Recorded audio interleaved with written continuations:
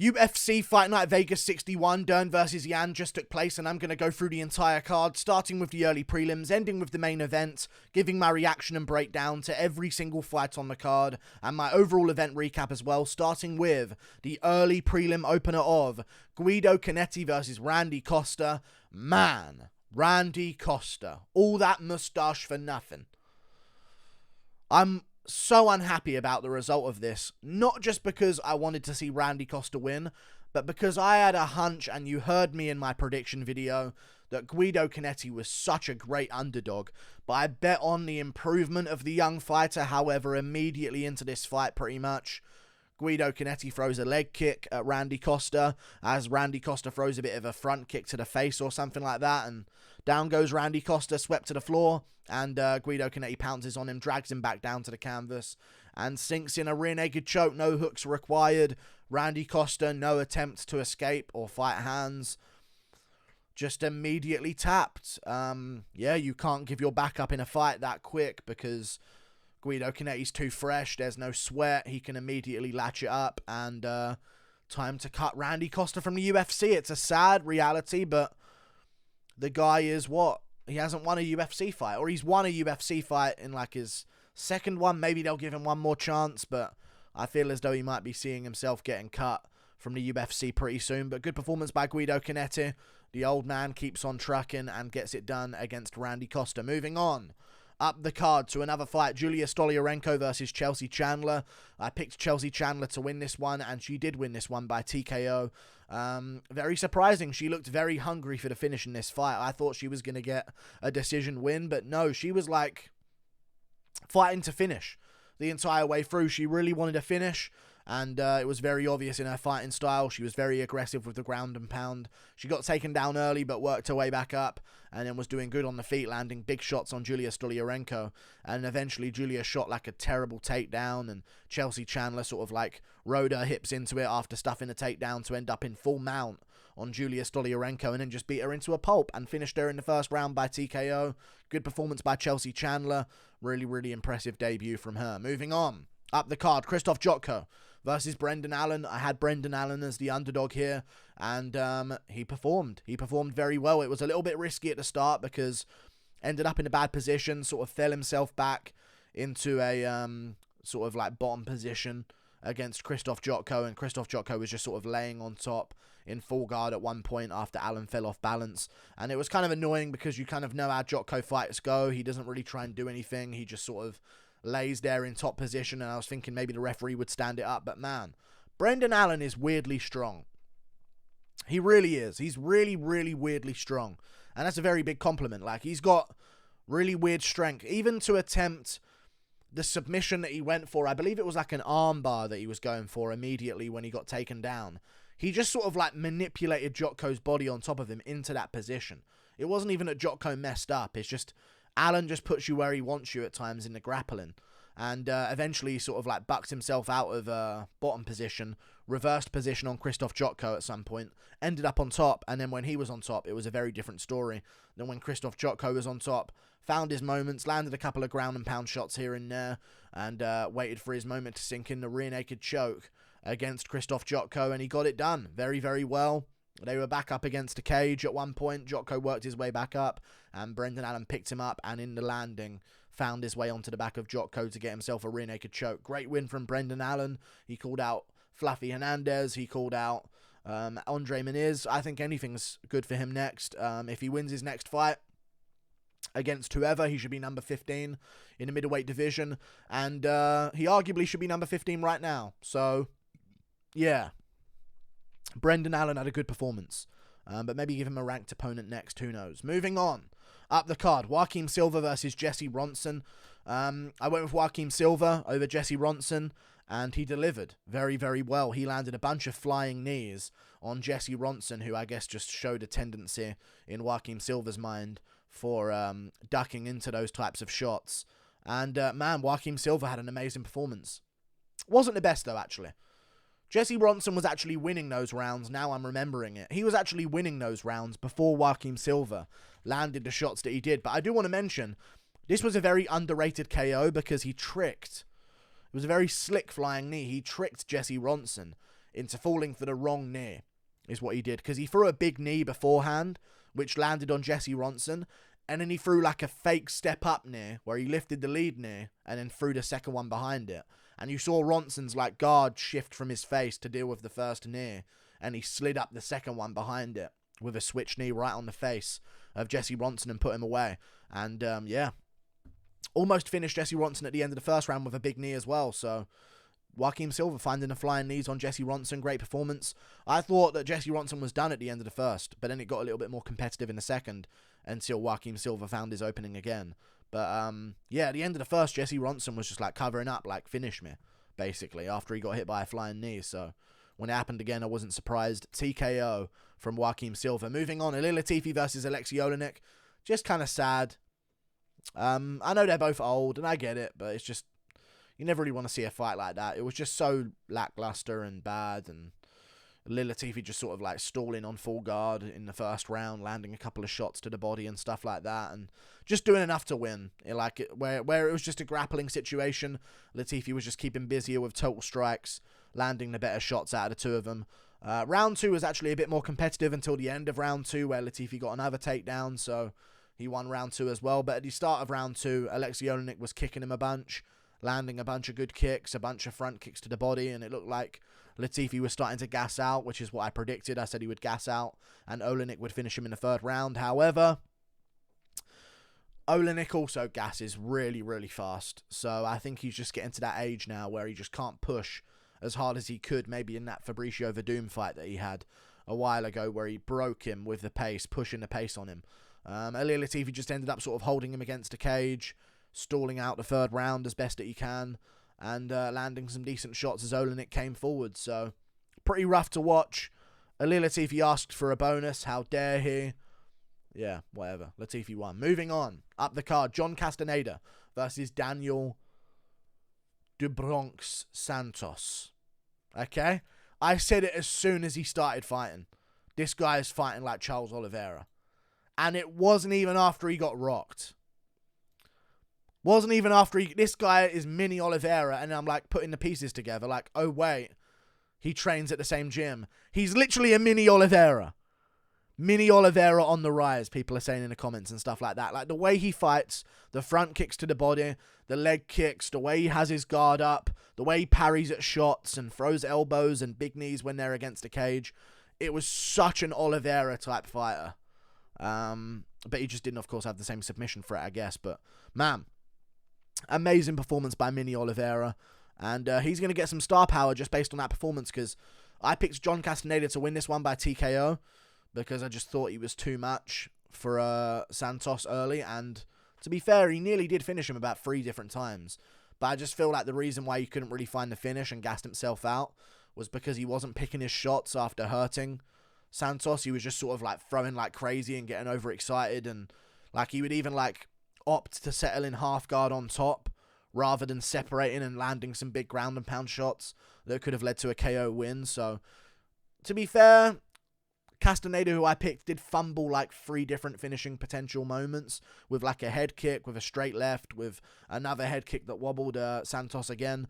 But at the end of the day, it's not how you start, it's how you finish, and Santos finished well, going to the body, beating up Castaneda against a cage, and you could just see the pressure getting to Castaneda every single round. He didn't have the power to get respect from Santos anymore, and that's when Santos started to take over, Oliveira style. Very, very good work from him, with a big knee against a cage to finish off Castaneda in the second round. Great performance. It got a fight tonight as well. Very deserved. Moving on to another fight, which is Mike Davis versus Viacheslav Borshchev. Now, Borshchev got to get some takedown defense, man. Got to get some takedown defense. It's just such a... He's so good on the feet, and he was actually doing better than Mike Davis on the feet in this fight. Early on, it was pretty even on the feet because Davis was still quick and he had that fast twitch advantage. He had a little bit of a speed advantage early on, but as the fight went on, Borshchev was clearly better on the feet than Mike Davis. He was starting to get it done, but it was just so frustrating to watch. Every time he got going, he would stuff a takedown, and then the second takedown would get him. And he just didn't have that wrestler's mentality to keep scrambling. Like, he kept trying to get back up, to be fair. Like, he didn't just accept defeat. Like, in round 1, he could have just gave up and got TKO'd, really. It was close. It could have been a 10-8 round, in all honesty. 2 judges gave it that, and I'm not really too angry at that, to be honest with you. But it was close, you know what I mean? Towards the end of the fight, Borshchev landed more than Mike Davis, but Mike Davis had like 2 arm triangle attempts on top at the end of round 2, and he controlled for a lot, and he landed way more total strikes, and, you know, he was like landing some really big elbows of ground and pound on Borshchev as well, and getting a bunch of takedowns, 9 out of 11 takedowns for Mike Davis. He really started to push a pace in the grappling, but round 3, I gave round 3. You can arguably give that to Borshchev. It's a close round, you know what I mean? Like, sure, Mike Davis had the takedowns, but he didn't do as much with the takedowns this time. But no doubt about it, Mike Davis won the fight with his grappling. I said he would win with his grappling after Borshchev would have some success. But in round 3, thinking back about, like, damage rule, yeah, round 3 should go to Borshchev because he literally, I think, shattered the orbital of Mike Davis. And we saw it happen live. I said, chat, I think he just shattered his orbital with that left hand. So Borshchev, slick on the feet, amazing striker. Got to work on that takedown defense, man, because if Mike Davis is exposing your grappling, a striker from Tiger Muay Thai, there's other grapplers at lightweight, man. That's all I'm going to say. Moving on to another moment, which was Sodiq Yusuff versus Don Shainis. I picked Sodiq Yusuff to win this one by late first round, second round finish. He won it immediately in 30 seconds. Don Shainis should never have been in there with him at all. He just looked... He made a bait. Look, dude, if someone's got you in a tie clinch full on and they're blasting you with knees, stop punching their body. It doesn't do anything.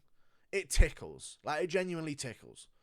Like, if you've ever had someone in a clinch and you're pushing their weight down on them and they're trying to swing up at you with those little shovel punches to the body, you're not doing damage if you're getting blasted with knees there. You're not going to get anywhere with that. So it was just like a... You could immediately... Oh, this is not going to go the way of Don Shainis. Immediately into the fight, you could tell. As soon as Yusuff got the tie clinch and Don Shainis' response was to try and punch his body, it was like, okay, you ain't UFC ready. And Yusuff showed that. And I think that's why they didn't give him a performance bonus, just because it was like, here's a free win. Get the free win. And he did get the free win. Sodiq Yusuff made him look the way he should have done and showed why he's a top-level featherweight, of course. But great performance from him with the guillotine choke eventually sinking in on Don Shainis and putting him out immediately in the first round. No damage, though. So let's get back in there, Sodiq Yusuff. I've been looking for activity from Sodiq Yusuff for a while now. He's a very good fighter. Of course, he lost that fight to Arnold Allen, who dropped him a couple of times. And like, they had a pretty competitive fight, but Allen was just a little bit faster and more powerful. And a little bit better boxing here and there. But he's beaten Andre Fili. You know what I mean? He's beaten good opponents. You know, he beat Gabriel Benitez, he beat Alex Caceres, which is, for some reason in 2022, actually a good win, because Caceres was building some momentum himself. So why not rebook the Giga Chikadze fight, you know? You took no damage. Chikadze got a little bit of time to recover. December, January, February, get Yusuff back in there. Let's see some activity. It's time for him to start building some momentum. Moving on to another fight, which is Raoni Barcelos versus Trevin Jones. Amazing performance by Raoni Barcelos. Amazing performance. This was such an underrated one on the card. He dominated Trevin Jones. Dominated him every single round. Beat him up on the feet. Beat him up on the ground. Just all round terrorized Trevin Jones for the entire fight long. I mean, Trevin Jones landed 4 strikes in the first to the 14 of Raoni Barcelos, who eventually got him down in round 1 and held him down for a bit and landed a bunch of total strikes and had a couple submission attempts here and there that weren't too clear. Round 2, dominated him again, 24-2 on strikes. And the total strikes were way more in favour of Raoni Barcelos as well. Landing a bunch of ground and pound shots, dominating that round. And in round 3, he just dominated the whole round again, hurting Trevin Jones on a few occasions.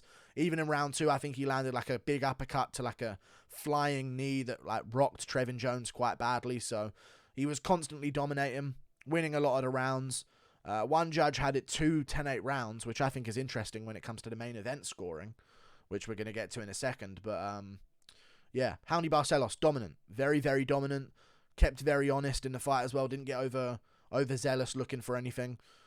Just wanted to stay calm, patient, dominant in the fight, because Trevin Jones is dangerous all the time, but he just got neutralized, man. Trevin Jones weren't ready for that level of skill, so Raoni Barcelos, great performance. Moving on, Randy Brown versus Francisco Trinaldo. I gave this to Randy Brown. I know a lot of people are saying, like, robbery and Trinaldo got robbed and all of this type of stuff because he's the older guy and he's an underdog, and some people picked him as an underdog, so they don't like the decision.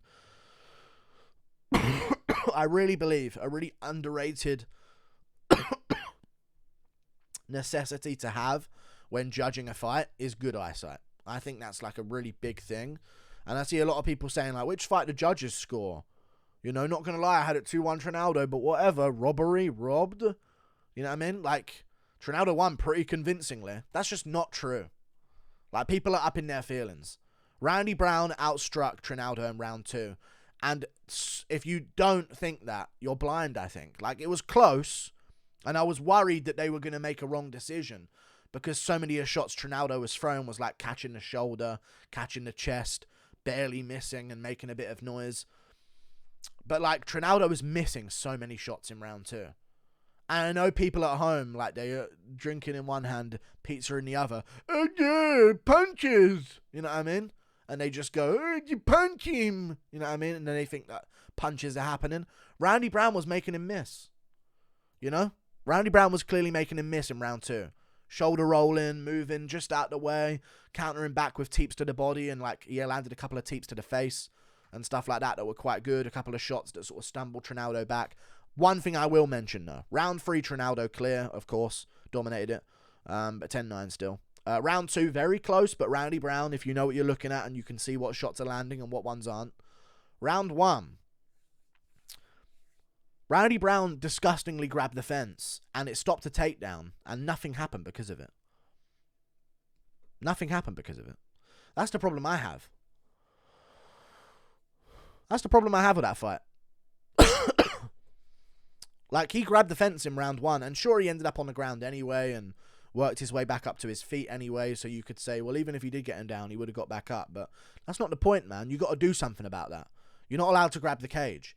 And the referee watched him grab the cage and watched him stop a takedown from grabbing the cage. So take a point away, or give Trinaldo the takedown. I think that's what should be done. I think a point taken away for something like that is kind of tough because it really does drastically change the whole fight. And I know fighters shouldn't do it, but sometimes it is instinct. But if it stops a takedown, fair play, it's instinctual to try and grab out at something, and sometimes you grab a bit of a cage. Give Trinaldo the position. The ref saw it, watched it happen, watched it stop a takedown, and then went, right, we'll keep going. Is it a foul or not? Because we're just ignoring it so as we don't change the results, but it's a foul. So don't make it a foul if it's not, if we're just going to ignore it like we do in Usman's fights. Like, it's weird to me. Very, very strange. You know?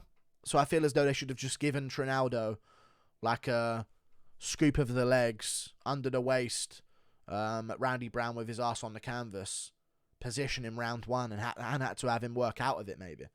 So yeah. But even still, Randy Brown won, dropped him in round 1, would have won round 1. But, you know, Randy Brown wins. Very close in round 2, though, but I'm genuinely thinking, like, what are people seeing? Don't just listen to the loud noises and the big swings. What's actually landing? Brown was making him miss a lot more than people are thinking and remembering. Moving on. Mackenzie Dern versus Xiaonan. I don't know, man. I feel as though I'm going to make an argument here. I feel as though, listen, it could have been 3-2 Yan. I get it, yeah. I get 3-2 Yan. I really do understand 3-2 Yan, and that is a good argument. But I think there needs to be something done about, like, women's 10-8 rounds. They're very difficult to get because women don't do damage in fights. Like, it's a very impossible feat for them. So I think it needs to be sort of, like, altered for women. Because Dern genuinely did dominate all of round 2. Submission attempts, big ground and pound shots. Like, she barely got Xiaonan down in, She barely got Xiaonan down in rounds 1, 3, and 4. Other than, like, with some takedowns at the very end of the round and stuff like that. But when you look at those rounds, Mackenzie Dern landed 224 total strikes, and they weren't from on the feet. You know what I mean? So that's like 100 total strikes in round 2 and round 5, plus all of the submission attempts, plus like 4 minutes of control time in each of those rounds. You got to start thinking of 10-8s there. So I think it could have been a draw based on round 2 being a 10-8, or maybe round 5. But round 2 is probably a bit more likely because Dern actually landed a couple of decent shots on the feet as well, and some bigger ground and pound shots. But yeah, I think it should have been a draw. But I'm not mad at the decision. Whatever, she didn't do enough for a 10-8. All good. A good submission defense from Xiaonan. She won the rounds where she kept on the feet, 1, 3, and 4, and she survived the rounds where she was taken down, and Dern, I guess, just did not do enough. So good job, Xiaonan. Mackenzie Dern didn't do enough. Yeah, really tough to watch, though, because you felt like any second Dern was going to get a sub, because even at the end of round 4, she almost had an armbar. She almost had an armbar at the end of round 4. It was in, like, ready to be finished. And even at, like, round 3, she took her down at the end and had her back, and I was like, just a little bit too late. But I had second round sub. Xiaonan survived about 4 or 5 sub attempts and a bunch of ground and pound, so respect to her. Her submission defense is definitely improved. Like and subscribe. Thank you for watching. Toodle pip. I'll see you later. Goodbye. See ya. I think I went something like, what did I go on this card? Let's have a look. I went, oh dear, here we go. 0-1, 1-1, 2-1, 3-1, 3-2, 3-3. On the prelims, I believe, which is quite stinky. 4-3, 5-3, 6-3, 7-3, 7-4. Oh well, not too shabby. See you later. Goodbye. Toodle pip. Yeah.